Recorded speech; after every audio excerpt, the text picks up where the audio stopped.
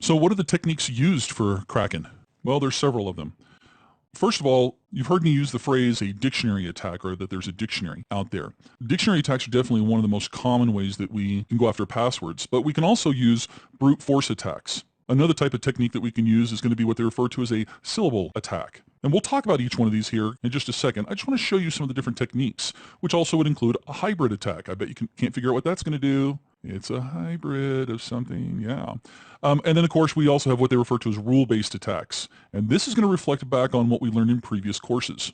And then finally, there's always the good old reliable guessing. Now, guessing passwords require, again, something we've talked about in a previous course. We were looking at reconnaissance and footprinting, is that we will try to figure out as much as we can about the target, whether it's a user or a company, because many times, as we mentioned before, users base passwords off of things that they know. So if I can go on social media, do you think I can figure out who their favorite sports team is, or what their pet dog was growing up, or their spouse's birth date?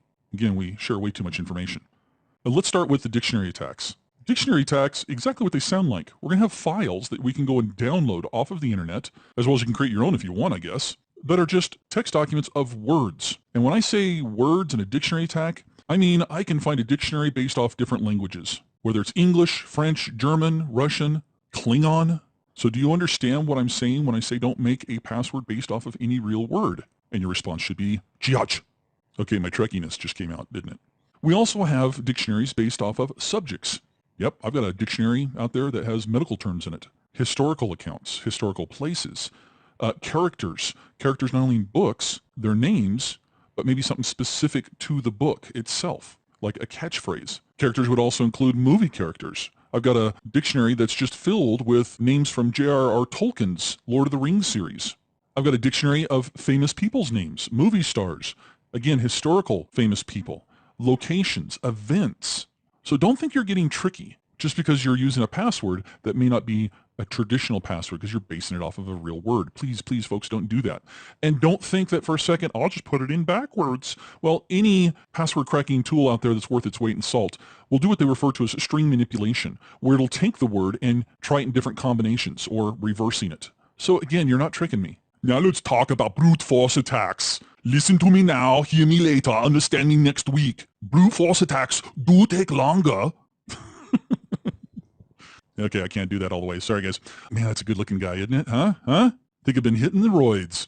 No, brute force attacks, they do take longer to accomplish. And what we mean by a brute force attack is that we go through and we try every combination of alphanumeric and specialized characters in a password. Now, obviously, if the password is only 6 characters long, brute force attacks go by relatively quickly. When we start to get into passwords beyond 14 characters, it gets a lot more difficult. So it does require more cycles to go through and try every variation. By the way, brute force attacks, it's so funny. Have you guys ever seen a movie where they're trying to crack a password and let's say it's 5 digits long or 5 characters long, and you see it scanning and going through, and all of a sudden like the third character, click, like locks in to the letter A, and they're like, he's almost got the password. That's not how it works. That's not brute force. Brute force has to try every variation. Now there's an upshot to brute force attacks. Even though it does take longer and it tries every combination, which takes more cycles, guess what, folks? It's 100% effective. It's just time.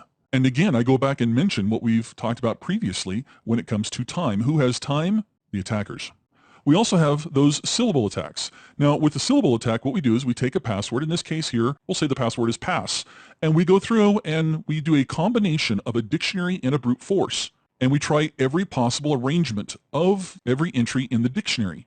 Now, obviously, I didn't have enough space to go through and do every option, but you get the idea here. You'd see I've moved the A in, and I moved the S in on the next one. And I'm trying every possible combination. Another type of attack is the hybrid attack. A hybrid attack still uses a dictionary, but based on users being complacent, we're going to try different variations by including numbers and special characters, either at the beginning or at the end of the password. So let's say I have Batman, and next month I have to change my password, so I change it to Batman 1, and next month I change it to Batman 2. Well, a hybrid attack is going to go through and eventually crack this one. And by the way, if you're just modifying, or your users are modifying their passwords each month just by adding a character or two to the very end of it, smack yourself upside the forehead and promise you'll never do that again. Now, don't go smack your users' foreheads. You might get called in by HR.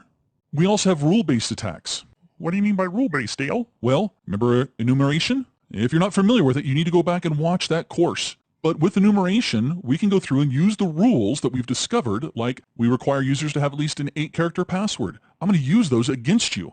And knowing that you use complexity, I'm able to discover possibly that you require 2 digits. So I use a combination of a brute force, a dictionary, and a syllable attack. Again, if I know that you only have 8 characters, that's all you require for your passwords, I'm not going to try 9 or 10 characters. Or if you don't require a digit, then why run through those digits?